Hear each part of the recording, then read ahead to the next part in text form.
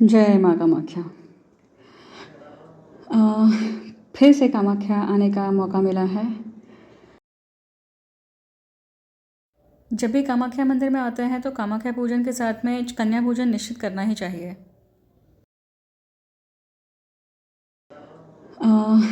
फिर से कामाख्या आने का मौका मिला है।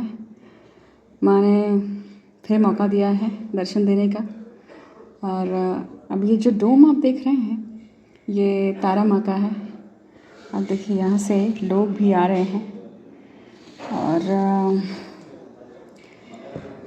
तारा माँ का जो पूजन होता है ये जब पत्रिका में गुरु ग्रह शापित होते हैं या गुरु ग्रह से संबंधित कोई ना कोई प्रारब्ध का भोग होता है, कर्म बंधन होता है, तब 10 महाविद्या में तारा जी का पूजन किया जाता है।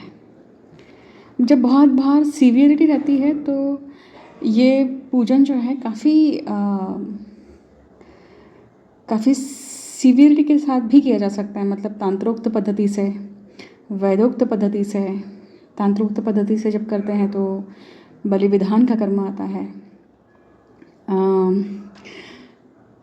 बलि विधान कर्म करना ये बहुत ज़्यादा आम बात है ऐसा नहीं है, परंतु इस कर्म को करने के लिए व्यक्ति का गत जन्म का कर्म बंधन कितना सीवियर है कि जिसके कारण उसे बलि विधान करना पड़ रहा है।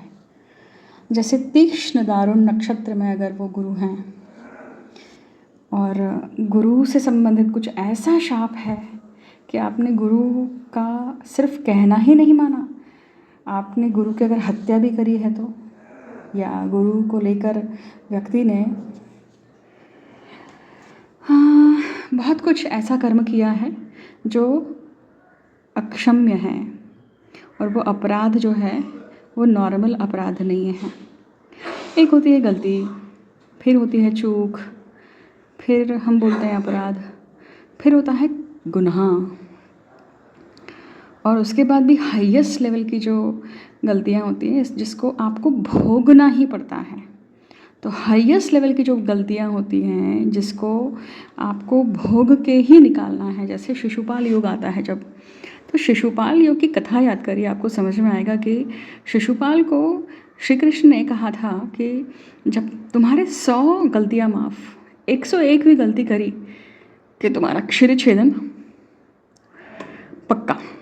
इसका अर्थ हुआ कि कुछ गलतियाँ जो होती हैं व्यक्ति की, कुछ कर्म बंधन ऐसे होते हैं जातक के कि जातक को भोगने ही पड़ते हैं। और उसमें से आता है मूल नक्षत्र, उसमें से आता है मृग नक्षत्र, उसमें से आता है भरणी नक्षत्र। भरणी नक्षत्र के देवता ही यम हैं। फिर यम कर्म होता है व्यक्ति से। उसी प्रकार से मृग नक्षत्र में जब आता है तो व्यक्ति जब मृग नक्षत्र पे वो ग्रह लेकर आता है, आज हम गुरु के ऊपर बात कर रहे हैं, तो जन्म के पहले गत जन्मों में व्यक्ति ने ऐसा कर्म किया है या मृग नक्षत्र पे तांत्रिक कर्म किया है, मृग नक्षत्र पे अपनी इच्छा पूर्ति को प्राप्त करने के लिए जातक ने बलि चढ़ाई है, बलि दी है। अब बलि मतलब हमेशा ऐसा अर्थ नहीं होता है कि व्यक्ति गया मंदिर में या जहाँ पे बलि विधान होता है वहाँ पे जाके बलि देना, एक अर्थ वो हुआ ही वहाँ, परंतु दूसरा अर्थ ऐसा भी होता है कि जो भी कर्म कर रहा है उसका अर्थ या उसका जो कॉन्जिक्यूटिव रिजल्ट होता है उसका परिणाम उसे अपने ही घर में देखने के लिए मिल जाता है। फॉर एग्ज़ाम्पल, आप कोई चीज़ कर रहे हैं, किसी चीज़ की प्राप्ति के लिए कर रहे हैं, और आपको पता नहीं कि उस चीज़ की प्राप्ति के लिए आपको क्या कीमत देनी पड़ेगी।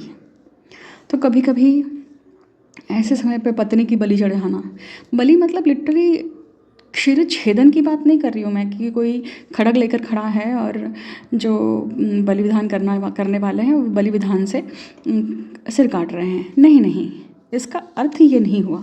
इसका अर्थ ये होता है कि बलि चढ़ गया, वो हम बोली भाषा में बोलते हैं ना कि बलि चढ़ गया, इसके सारे इच्छाओं के खातिर इसकी बलि चढ़ा दी गई।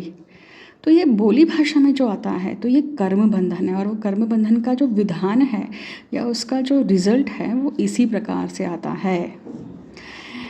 इसको समझने के लिए आपको उन नक्षत्रों का अभ्यास करना पड़ेगा, इसको समझने के लिए आपको पंचांग का अभ्यास करना पड़ेगा, इसको समझने के लिए आपको पुराणों को पढ़ना पड़ेगा, क्योंकि जब तक आप गरुड़ पुराण, श्रीमद् भागवत पुराण, विष्णु पुराण इन सब को नहीं पढ़ते हैं तब तक आपको इन कर्मों की जो सीवियरिटी है या कर्म विपाक संहिता, इन सब को समझने के लिए आपकी बुद्धि प्रगल्भ नहीं होगी, तब तक आप अर्थ का अनर्थ ही करते रहेंगे। तो इस कर्म के चक्र को समझने के लिए पहले वाचन बहुत इम्पॉर्टेंट है, रीडिंग बहुत इम्पॉर्टेंट है, उसके बाद में आपकी साधना बहुत इम्पॉर्टेंट है। भेद कैसे करेंगे आप कि ये ऐसा है या इस तरह से है, राइट? भेद करने के लिए, ब्रेन फॉग को हटाने के लिए व्यक्ति को ज्ञान की आवश्यकता होती है, और ज्ञान ही क्लैरिटी ला सकता है, याद रखिएगा, राइट? आज के लिए बस इतना ही।